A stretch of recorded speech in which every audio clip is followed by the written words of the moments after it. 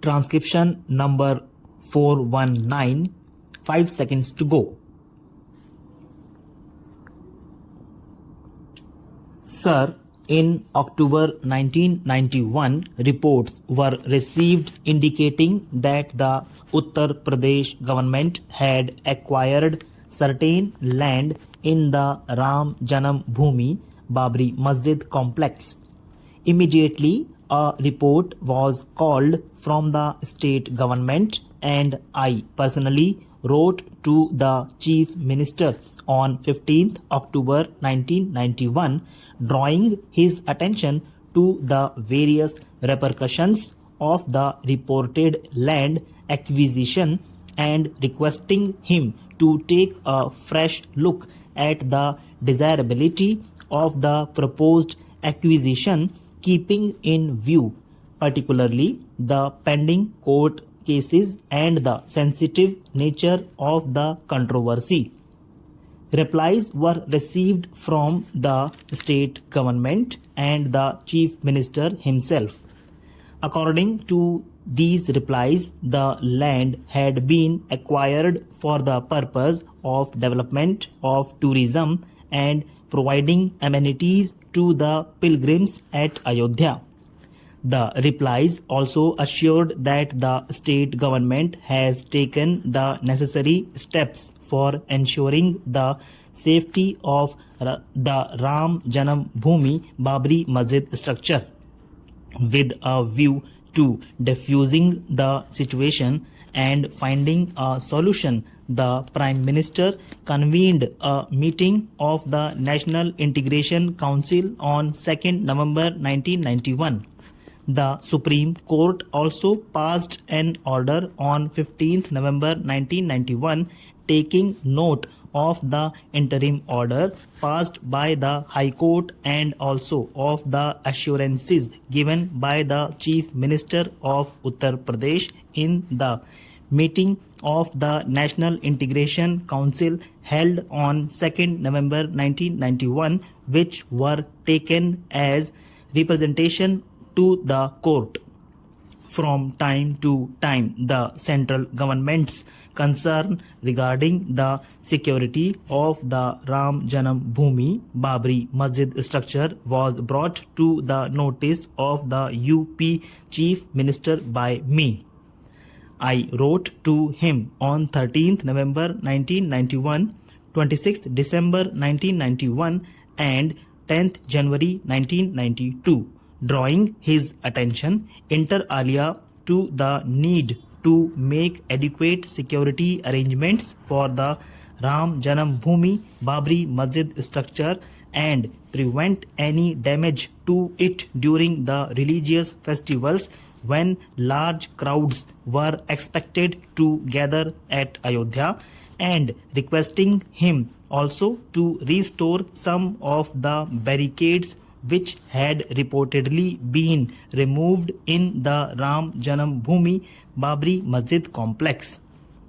The UP Chief Minister stated in one of his replies that the necessary security steps had been taken keeping in mind the local circumstances of the situation.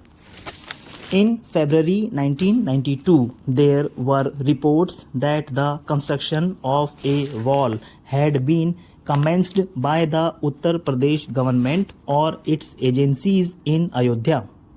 I had written to the Chief Minister on 23rd February 1992 stating that in the context of the tension prevailing on this issue, it may not be quite desirable to add to the apprehensions in the mind of the people, and I had requested him to reconsider this step so as to avoid such a situation.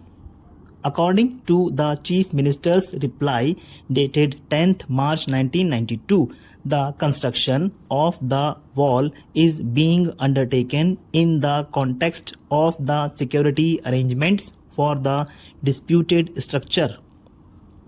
He has stated that the state government does not think that the construction of the wall will give rise to any apprehensions.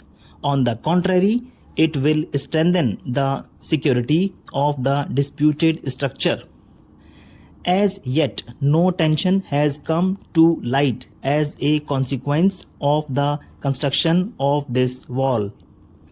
Immediately after reports were received regarding demolition of certain structures in the Ram Janam Bhoomi Babri Masjid complex and the handing over of some land to the Ram Janam Bhoomi Nyas, the matter was immediately taken up with the state government.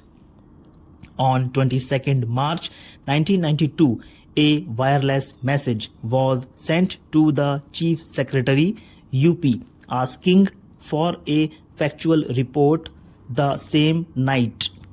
He was also contacted by the officers of the Home Ministry on telephone the same night as well as the next morning, that is 23rd March 1992. The Chief Secretary provided some preliminary information on telephone and assured that a full factual report will follow. Another detailed message was again sent by the ministry asking for a comprehensive report. I also sent by fax a letter dated 23rd March 1992 to the Chief Minister.